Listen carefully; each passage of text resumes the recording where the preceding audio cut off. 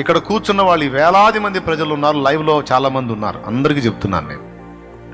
నువ్వు ఎదుర్కొంటున్న పరిస్థితులు అవి శాపగ్రస్తమైనవి అయి ఉంటే, శ్రమానుభవంతో కూడినవి ఉంటే, ఏనాడన్నా ఎందుకు నాకు ఈ గతి వచ్చింది, ఎందుకు నాకు ఈ పరిస్థితి వచ్చింది అన్న ప్రశ్న నీకు పుట్టిందా? వేసుకున్నావా? వేసుకున్నప్పుడు మరి నీ లోపాలు ఏమన్నా దేవుడు చూపించాడా? ఖచ్చితంగా కారణాలు చూపిస్తాడు దేవుడు. కారణాలు ఎందుకు చూపిస్తాడంటే, ఈ కారణాన్ని బట్టి ఈ సమస్య వచ్చింది, నువ్వు దాన్ని బ్యాలెన్స్ చేసుకో, అది పోయింది. అసలు ప్రశ్నే పుట్టినప్పుడు ఎందుకు నాకు ఈ పరిస్థితి, నా కుటుంబానికి ఎందుకు, నా దేహానికి ఎందుకు అనే ప్రశ్నే నీకు పుట్టినప్పుడు నువ్వు దేవుని దగ్గరికి పోయేది ఉండదు, దేవుని అడిగేది ఉండదు, పరిష్కారం పొందేది ఉండదు.